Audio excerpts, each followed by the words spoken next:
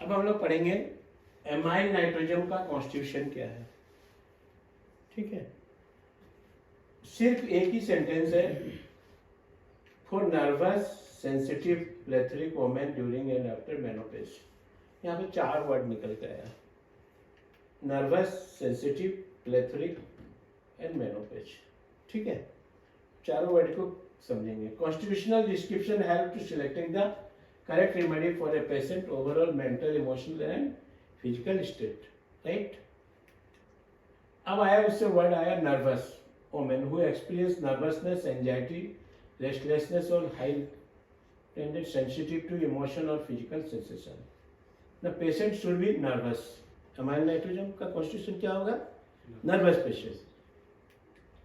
उसके बाद आया sensitive, women who are emotionally delicate, every affected their environment, prone to mood swing and have a heightened precipitation।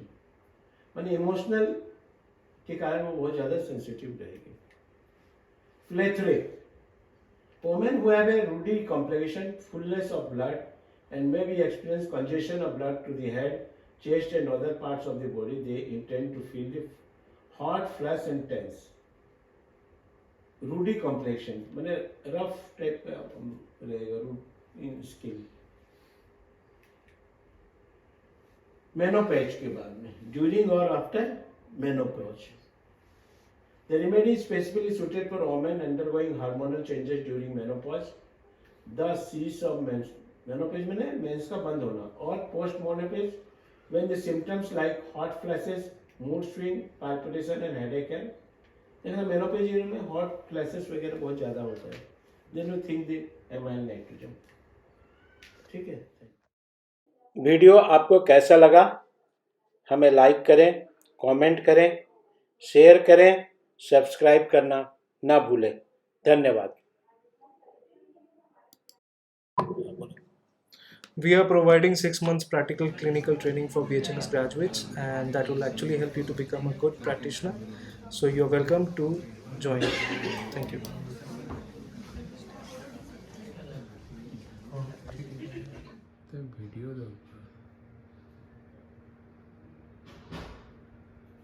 Okay, आज हम लोग पढ़ेंगे चिमाफिला अम्बेलेटा। कॉमन नेम है पेप्सी सेवा और प्रिंसेस पाइन, ग्राउंड होली भी बोलते हैं। पायरोलेसियसिस फैमिली का है। इसका टिंचर रूट और लीफ से टिंचर बनाया जाता है। ये क्या चीज में काम आता है? Basically use for urine scanting and loaded with ropy, mucopurulent sediment, prostatic enlargement, sugar in urine, rapid breast atrophy. Atrophy माने क्या होगा? सिंकिंग ऑफ व shrinkage of the atrophy of the breast. Breast बहुत जल्दी से सिंकिंग, छोटा हो जाना, that is atrophy. In breast tumour of women with large breast, जिसका लार्ज ब्रेस्ट रहेगा उसमें अगर ट्यूमर है तो देन गो फॉर ब्रेस्ट। ठीक है, फिजियोलॉजिकल एक्शन कहाँ पर है इसका? Bladder inflammation and copious mucus, mucus बहुत ज्यादा ब्लैडर से जाएगा। Glandular system on mamma and lymphatics ever atrophied, element from abuse of alcohol. अब इसको पहचानेंगे कैसे?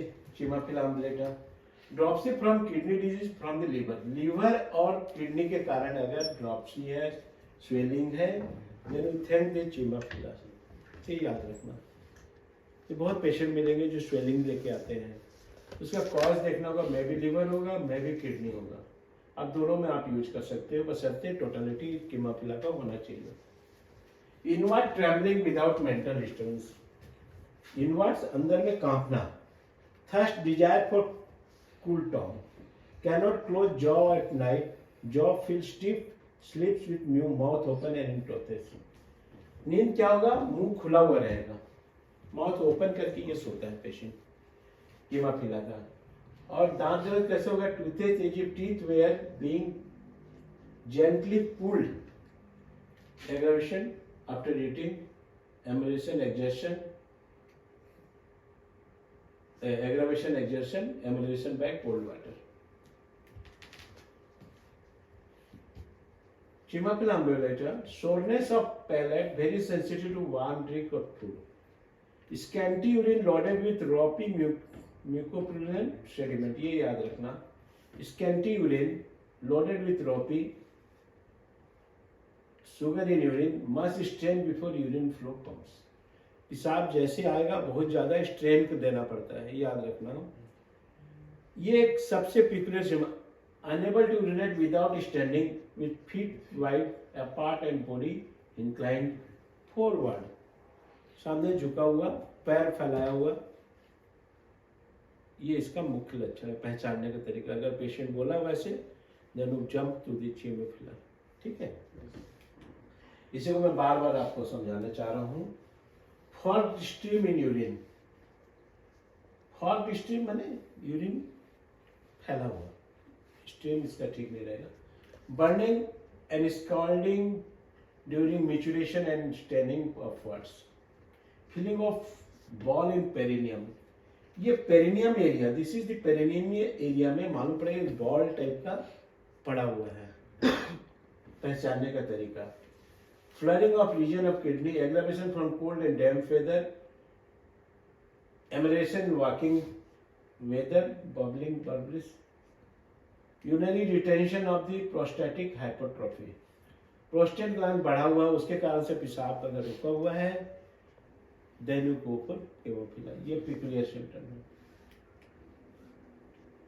ये इसका होता है scanty urine loaded with ropey and mucopurulent sediment, unable to urinate without standing with feet wide apart, body inclined forward. ये याद रखना कीमोफिला का. Feeling of ball in the perineum, ये 2-3 लक्षण मुख्य लक्षण है. Benign prostatic enlargement, women with very large breast and tumor in mammary glands with sharp pain and throat. Breast बहुत एनलार्ज रहेगा, उसमें ट्यूमर टाइप का फॉर्मेशन रहेगा, ये ध्यान रखना. देखो यहाँ पर 2 वर्ड है, एट्रोफी भी है, सिकुड़ाव, ब्रेस्ट का सिकुड़ावपन भी है, और एनलार्जमेंट ब्रेस्ट भी है. तो एनलार्जमेंट ब्रेस्ट के साथ में ट्यूमर है और either atrophy of the breast. Painful tumour of mama not ulcerated with undue secretion of milk. Rapid atrophy of breast, बहुत जोर से ब्रेस्ट सिंक कर जाना.